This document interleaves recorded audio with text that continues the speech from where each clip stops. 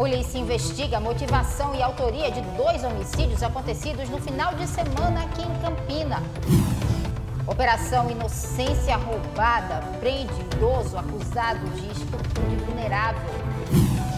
A gente fala sobre o perigo do vício de crianças em telas. E a gente vai falar também sobre esporte, mostrar que a Padevi ficou em 4º lugar no Brasileiro de Futebol de Cegos. Hoje é segunda-feira, 14 de outubro de 2024. E o Borborema Notícias começa agora.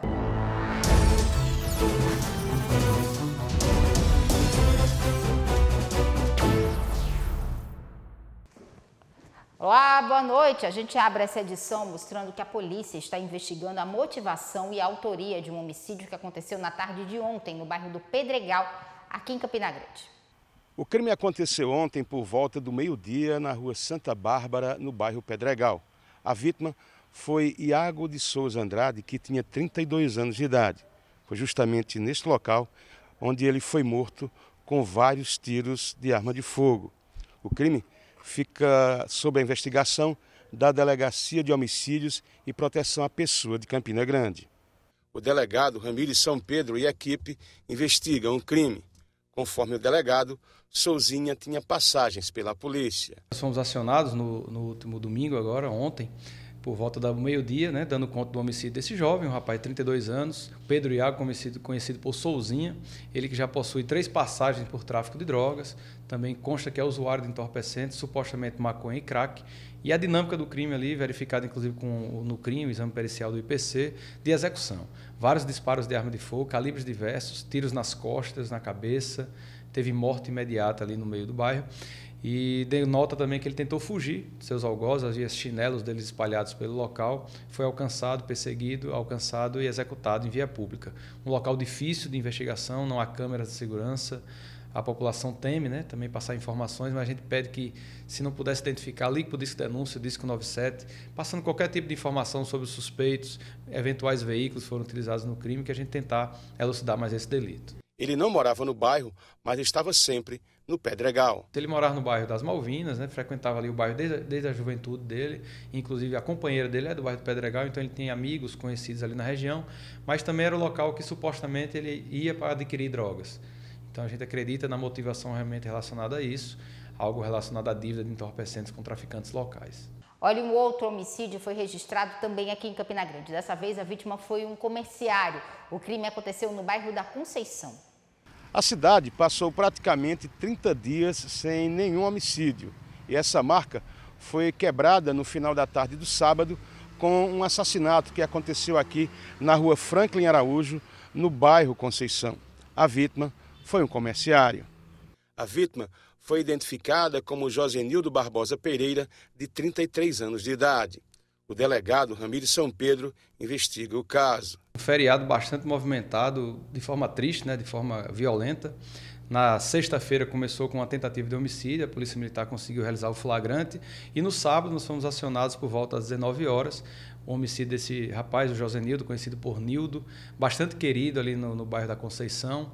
Ele que era residente do bairro de Santo Antônio, aqui na zona leste da cidade, mas seus pais residiam lá no local. Ele teria ido com sua filhinha, passou o feriado conversando com os pais normalmente, não relatou nenhum tipo de inimizade, ameaça ou queixa nesse sentido, e ao sair para buscar sua esposa na sua motocicleta, estava sozinho no momento, foi alvejado por 2 disparos de arma de fogo na lateral direita do corpo, do tórax, tendo morte ali em via pública junto à sua motocicleta. Nada dele foi levado aparentemente, como eu disse, um jovem sem histórico criminal, e a família realmente relata que não havia inimizades ou qualquer tipo de ameaça expressa em relação a ele. Então, é uma investigação complexa. A gente pede ajuda à população aí por meio do Disque Denúncia, o Disque 97, para que a gente possa entender, primeiro, a dinâmica do crime, como se deu ali o homicídio, se o suspeito estava em motocicletas, em veículos, a pé, isso não está esclarecido ainda, e principalmente a motivação do delito. Algumas informações desencontradas chegaram até aqui à delegacia, mas cabe a nós filtrarmos para a gente conseguir traçar uma linha investigativa mais correta. Por enquanto, a polícia não conseguiu mais detalhes e pede ajuda às pessoas pelo Disque Denúncia. Poucas informações, inclusive no local ali a população geralmente não costuma colaborar, né, temerosa, mas posteriormente, como é de costume, a população de Campina Grande sempre nos ajuda por meio do Disque 97 e a gente conta novamente com vocês. E a gente mostra agora um atropelamento com 2 mortes que aconteceu na madrugada de ontem, no bairro de Manaíra, em João Pessoa. Um motociclista atropelou um pedestre e os 2 acabaram morrendo no local do acidente. Segundo informações da polícia, o pedestre, identificado como Celimarco Alves da Silva Júnior, de 40 anos, passava a avenida do lado da casa de show, seguindo para o lado desses comércios, né, do outro lado da avenida, quando foi atingido pela moto exatamente nesse ponto, bem próximo à faixa de pedestre. Segundo informações da perícia realizada aqui no local, o motociclista tentou fazer um retorno na avenida através desse espaço que existe para que os pedestres consigam acessar os 2 lados dessa avenida, da Avenida Flávio Ribeiro Coutinho. Foi exatamente aqui, nesse ponto, onde o motociclista teria feito essa movimentação, então encontrado esse homem que atravessava essa rua após esse show. O motociclista foi identificado como Lucas Sobreira de Souza. Ele e Celimarco morreram ainda aqui no local. Nós fomos informados por testemunhas visuais que a vítima estava saindo de uma festa aqui próximo ao Shopping Manaíra, junto com a esposa. E aí, quando eles estavam atravessando a via, chamando um carro por aplicativo, a motocicleta veio numa velocidade alta e atingiu a vítima. A moto, ela ficou em repouso aproximadamente 50 metros depois do ponto de repouso da segunda vítima. Nós vamos tentar conseguir as imagens da câmera de segurança de um prédio próximo para poder visualizar e fazer análise do vídeo da dinâmica do acidente. E a Polícia Civil prendeu um idoso suspeito de praticar 2 estupros contra crianças de 8 e 9 anos. Em continuidade à Operação Infância Roubada, a Polícia Civil da Paraíba, por meio do Grupo Tático Especial da 13ª Seccional, conseguiu capturar, foragido da Justiça, um homem de 64 anos de idade, acusado da prática dos crimes de estupro de vulnerável contra crianças de 8 e 9 anos de idade na cidade de Nova Palmeira. Na última quarta-feira, o GTE realizou buscas domiciliares em imóveis do investigado e, após cerco policial e intensificação das diligências por parte dos investigadores, o foragido, por intermédio do seu advogado, procurou a Polícia Civil e resolveu se entregar, momento em que ele foi capturado e dado cumprimento ao mandado de prisão preventiva. Ele já passou por audiência de custódia, que homologou o cumprimento da prisão provisória realizada e está sendo transferido para a cadeia pública de Cubati para ficar à disposição da Justiça Pública. Olha, a Paraíba é o 3º estado do país em casos de violência política registrados no primeiro turno das eleições. Os detalhes quem traz pra gente é o repórter Paulo Pessoa. A Paraíba registrou 24 episódios de violência política entre os dias 16 de agosto e 6 de outubro. Os dados são da organização social Terra de Direitos e Justiça Global. E isso faz com que, através desse levantamento, a Paraíba seja o 3º estado onde houve a maior incidência de casos de violência política, ficando atrás apenas dos estados do Rio de Janeiro e São Paulo. Em São Paulo foram registrados 50 casos e no Rio de Janeiro 38. Desses 24 casos contabilizados aqui na Paraíba, 13 deles foram por ameaça, 5 atentados e 5 casos de agressão física por conta de violência política. Para se ter uma ideia, de acordo com o último levantamento feito por esse mesmo instituto, a Paraíba saiu da 13ª para a 3ª posição, o que demonstra um aumento expressivo no número de casos de violência política aqui no nosso estado. E a gente muda de assunto para falar agora sobre o concurso da PB Saúde, que teve as inscrições prorrogadas. As inscrições agora seguem até o próximo dia 6 de novembro. Anteriormente, elas aconteceriam apenas até o último dia 10. Agora, os concurseiros vão ter mais tempo para se inscrever e tentar uma dessas quase 4.000 vagas que estão sendo ofertadas pelo concurso da PB Saúde. São 1.500 vagas para convocação imediata e cerca de 3.000 vagas, ou seja, totalizando mais de 4.000 vagas para formação de cadastro de reserva. As inscrições podem ser feitas através do site da banca organizadora desse concurso, que é o IDECAM. São vagas para médicos, enfermeiros, advogados, jornalistas, enfim, são muitas oportunidades.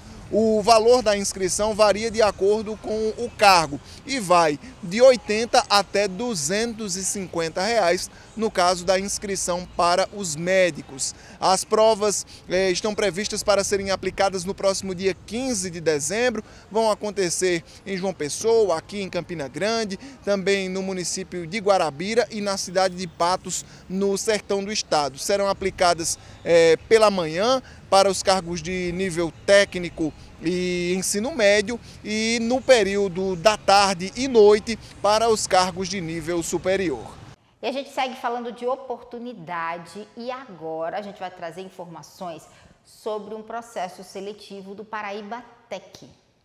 São mais de 600 vagas. São oportunidades para professores e também para supervisores, profissionais técnicos que estarão atuando no programa Paraíba Tech. Essas inscrições estão abertas, seguem até o próximo dia 20 de outubro, através do preenchimento de formulário eletrônico, através desse endereço que está aparecendo na sua tela. Você que é professor, você que é técnico, que tem interesse em fazer parte desse programa do Paraíba Tech, você pode fazer a sua inscrição. Ao todo estão sendo disponibilizadas mais de 600 vagas, são 396 vagas para professores e 207 vagas para supervisores. São várias áreas técnicas e também profissionais, como tecnologia da informação, saúde e bem-estar, indústria e engenharia, gestão e negócios, turismo e hospitalidade e recursos naturais. Esse programa ele tem o limite máximo semanal de 16 horas para professores e 20 horas para supervisores. O valor do pagamento do salário desses profissionais ele é proporcional e a referência para a hora-aula do professor é de R$ 50, já para os técnicos é de R$ 36. E agora a gente faz um alerta para os pais. Você costuma controlar o tempo que as suas crianças ficam diante das telas, seja celular, tablet ou até mesmo a televisão? Olha, o uso excessivo de telas tem prejudicado cada vez mais o desenvolvimento das crianças e adolescentes. Um desafio para os pais, né? Que precisam controlar o uso para que isso não se torne um vício. Foi vendo as mudanças no comportamento do filho que Bianca percebeu que o uso excessivo de telas estava prejudicando a criança. Ele estava mais agressivo, sem querer fazer as tarefas e até mesmo ignorando os familiares. José Armando era um menino muito enérgico, muito inteligente. Quando ele passava muito tempo assistindo, seja no celular ou na TV, ele tinha um comportamento totalmente diferente do que era antes. Ele se tornava agressivo, ele ficava choroso quando a gente desligava a TV. A gente percebeu até que no processo de desenvolvimento da fala dele, ele não estava aprendendo a falar normalmente. Ele estava falando com os sons, na verdade nem falando. Ele só queria imitar os sons de um desenho específico que ele assistia e não desenvolvia a fala. A solução foi reduzir o acesso do menino às telas. Eu decidi fazer a redução do uso de telas com ele. E foi transformador. foi transformador porque José Armando voltou a desenvolver. Ele começou a conversar com outras palavras diferentes. Hoje ele passa o dia inteiro brincando. Comecei a ocupar ele com outras coisas, com atividade física e tal. Mas é muito gratificante e foi muito bom conseguir reverter isso enquanto é tempo. Érica é psicóloga e explica que o uso das telas se intensificou durante a pandemia e vem trazendo sérios transtornos para as crianças. A irritabilidade percebida por Bianca no filho é um deles. O vício em telas, ele está cada vez mais relacionado com a irritabilidade, com a agressividade. A criança começa a se isolar mais, traz esses problemas sociais também. E a criança ela é mais vulnerável, porque muitas partes do cérebro ainda não estão formadas. Claro que nós também adultos estamos aí suscetíveis ao vício, tá? Mas as crianças elas estão nessa fase de desenvolvimento. Então elas podem ficar muito agressivas, se isolar dos pais, dos amigos. Então é muito importante que a gente passe a olhar para as crianças nessa fase com um olhar muito especial. Então, o ideal é aquela questão mesmo, tirar um tempinho, brincar, estimular que a criança fique ao ar livre também, já que hoje em dia ficam muito presas em casa, principalmente com os celulares. Isso mesmo. Então, assim, é muito do reflexo da pandemia. É claro que o acesso ao celular também, o que estimula os jogos, as redes sociais, vem assim como uma inundação para as crianças, Mas a pandemia trouxe muito isso. Então, as crianças ficaram cada vez mais isoladas, os pais também ainda não sabiam lidar com isso.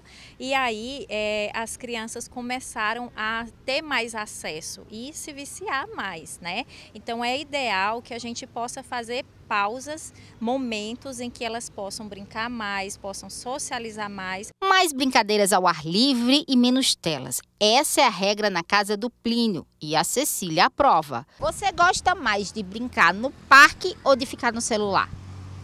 Do parque. O parque é mais legal? Sim. É um desafio porque elas nascem desse mundo, que está aprendido as telas. E a gente tenta tirar o máximo, Elas terem uma infância mais saudável. Como é que faz em casa para ela não ficar tanto tempo assim nas telas? Ela precisa de um tempo maior de atenção, dos pais. A gente tá junto, conversando, trazendo por uma brincadeira mais lúdica. Tá sempre do lado dela. Ana Luísa não tem celular. Aos 11 anos, ela tem um tablet. Mas o uso é principalmente para as atividades escolares. E ela nem liga, viu? Eu uso mais ele para estudo, porque na minha escola tem um aplicativo que tem aula online, que nos ajuda em momentos de prova. Aí eu uso o tablet mais para isso. E no restante do tempo aproveita para brincar? Sim.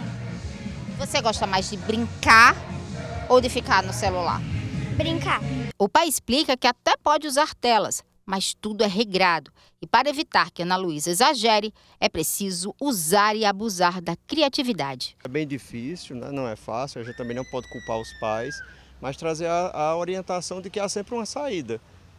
Às vezes uma simples brincadeira que a gente pode inventar como pai em casa, fazer um origami, uma pintura, um desenho, um joguinho de mesa, são alternativas para a gente tentar tirar as crianças da tela. Como neurologista, ele explica os danos que o uso excessivo de telas podem causar nas crianças. É um grande determinante de atraso de fala, de prejuízo do nível de atenção, de capacidade de interação social e de memorização e aprendizado. Então veja que vários aspectos importantes do desenvolvimento infantil as telas tiram. E as telas a gente inclui celular, o tablet, computador, videogame e a própria televisão. Então realmente é um efeito muito deletério e hoje já tem até um termo científico para isso, chama-se noofobia. É o vício, é o medo da criança de estar distante da tela. Quer dizer, as crianças têm se tornado dependentes, aumentando o nível de ansiedade, depressão e desatenção. E para os pais fica a dica. Cada idade tem um tempo limite para a exposição às telas. De 0 a 2 anos, o recomendado é que não haja exposição a telas. De 3 a 5, apenas 1 hora por dia. E de 5 a 10, no máximo 2 horas por dia. A seguir, Botafogo de João Pessoa elege novo Conselho Deliberativo. E ainda, Campeonato Brasileiro de Futebol de Cegos termina com a Padeirinha de Campina em 4º lugar.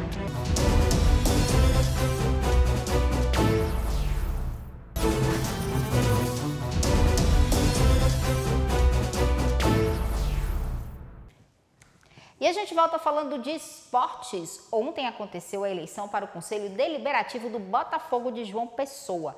Fábio Rangel foi eleito por aclamação para o biênio 2024-2026. O vice-presidente será Zezinho do Botafogo, super conhecido por lá, né? Marjorie Carvalho foi aclamada primeira secretária do Conselho Deliberativo. No próximo dia 26, deve acontecer a eleição para a diretoria executiva do Belo. Lembrando que o Botafogo está naquele processo, né, para se tornar uma SAF. Vamos sair de futebol de campo para o futebol de cegos. Isso porque o time da Apadevi, aqui de Campina Grande, acabou em 4º lugar no brasileiro da categoria. Vamos ver. Olha, no momento agora estamos tristes, né? Pela perda da terceira colocação. Mas, por outro lado, eu estou muito orgulhoso, muito feliz e muito orgulhoso desses atletas que eles deram o máximo, sabe?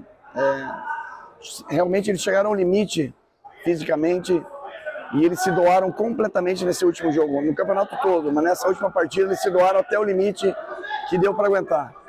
O mais importante de tudo é que a Apadevi voltou a ser respeitada no cenário nacional e os próprios meninos também estão sendo respeitados aí, embora com a derrota, mas sentimento de dever cumprido. E o Borborema Notícias vai ficando por aqui. Uma excelente noite para você. A gente volta a se encontrar amanhã. Tô esperando, hein? Até lá!